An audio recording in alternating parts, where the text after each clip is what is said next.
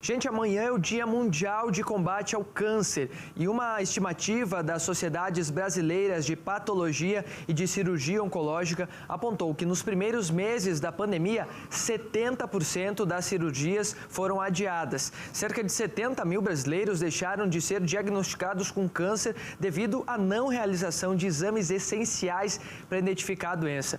Nós vamos conversar agora com a oncologista do grupo Oncoclínicas, Ana Gelati, que vai nos falar sobre este assunto. Ana, seja muito bem-vinda ao Conexão RS. Eu começo lhe perguntando, essa falta de diagnóstico, ela pode piorar, né, o avanço da doença nas pessoas? Boa tarde.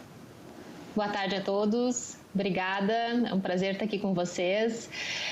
Realmente, a gente teve alguns números que foram bem alarmantes, né? Com a chegada da pandemia em 2020, a gente teve uma redução na procura, né, por atendimentos oncológicos, e muitas vezes isso faz com que a gente retarde um diagnóstico ou até mesmo deixe de conseguir constatar que uma doença que já tenha sido diagnosticada previamente possa estar em progressão ou possa estar piorando e que realmente necessite de um tratamento específico. Quando isso acontece, mais ou menos a cada 4 semanas de retardo no diagnóstico do câncer, a gente pode ter uma piora de 13%. Né? E realmente isso acaba impactando. A gente imagina que esses números, né, e essa falta talvez de procura ou um receio até mesmo de as unidades de saúde faz com que nos próximos anos a gente tenha um impacto em relação a tanto a chance de a gente oferecer um tratamento curativo, né, quanto ao aumento dos pacientes com doença avançada. Ana, tem alguma saída para isso? De repente a telemedicina pode ser uma opção? É uma opção, sim. Acho que a telemedicina foi efetivada durante esse período de pandemia, né? É algo que a gente pode usar no dia a dia hoje oficialmente para atender alguns pacientes. É claro que nem todo atendimento pode ser feito por telemedicina, mas a gente consegue certamente adiantar, abreviar, né, um tempo quando o paciente não pode se deslocar até o consultório médico para avaliar exames, né, ou até mesmo para orientar exames iniciais que possam ser já agendados por eles.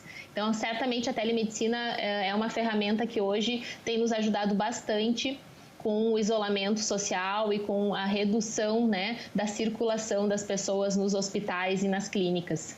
Bom, além da vida das pessoas, que é logicamente o principal, essa situação pode afetar também o orçamento público. Eu imagino que identificar ali o câncer é muito mais barato do que passar por todo o tratamento depois, né?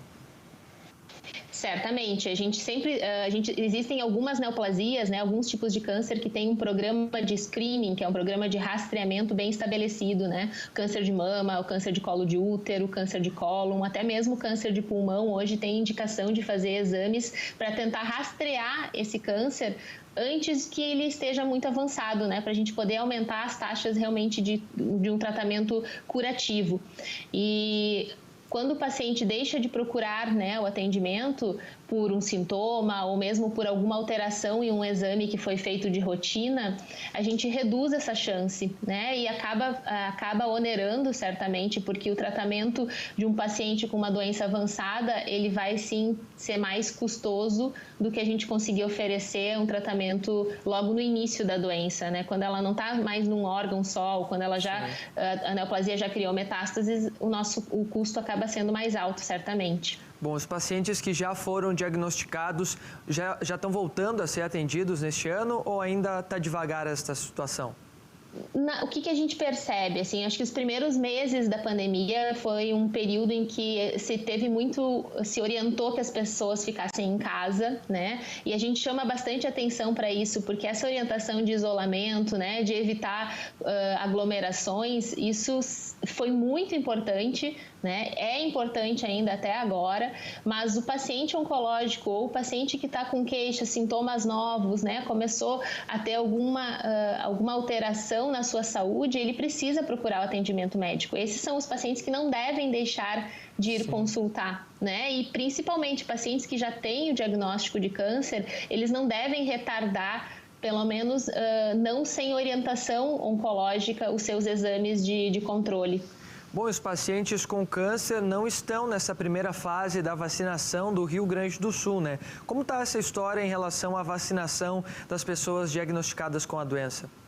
Isso é uma pergunta muito importante, porque a gente tem realmente que orientar bem os nossos pacientes. O paciente oncológico, ele deve receber a vacina, a não ser que exista uma contraindicação específica que ele vai discutir com o seu oncologista, mas de uma forma geral, os pacientes oncológicos são pacientes que geralmente têm uma imunossupressão maior, então eles são pacientes de maior risco e eles devem sim receber uma vacina. Não tem uma vacina específica que seja prioridade ou que seja escolha para os pacientes oncológicos até o momento. Até o momento, a vacina que estiver disponível pode ser indicada. E isso vai ser uma orientação do paciente oncológico com o seu oncologista.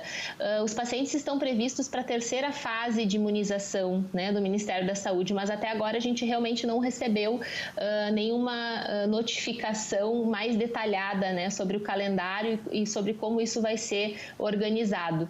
Mas a previsão é que os pacientes estejam no terceiro grupo de vacinação. Perfeito. Ana, muito obrigado pela sua participação com a gente no Conexão RS. Seja sempre bem-vinda. Muito obrigada, e eu gostaria só de deixar uma lembrança, né? A gente tem uma campanha que é o câncer não espera. Então, acho que isso fica para toda a população como recado, né? Não só para o paciente oncológico, mas para que a gente possa levar para as nossas famílias também. Verdade, muito obrigado, um abraço. Obrigada.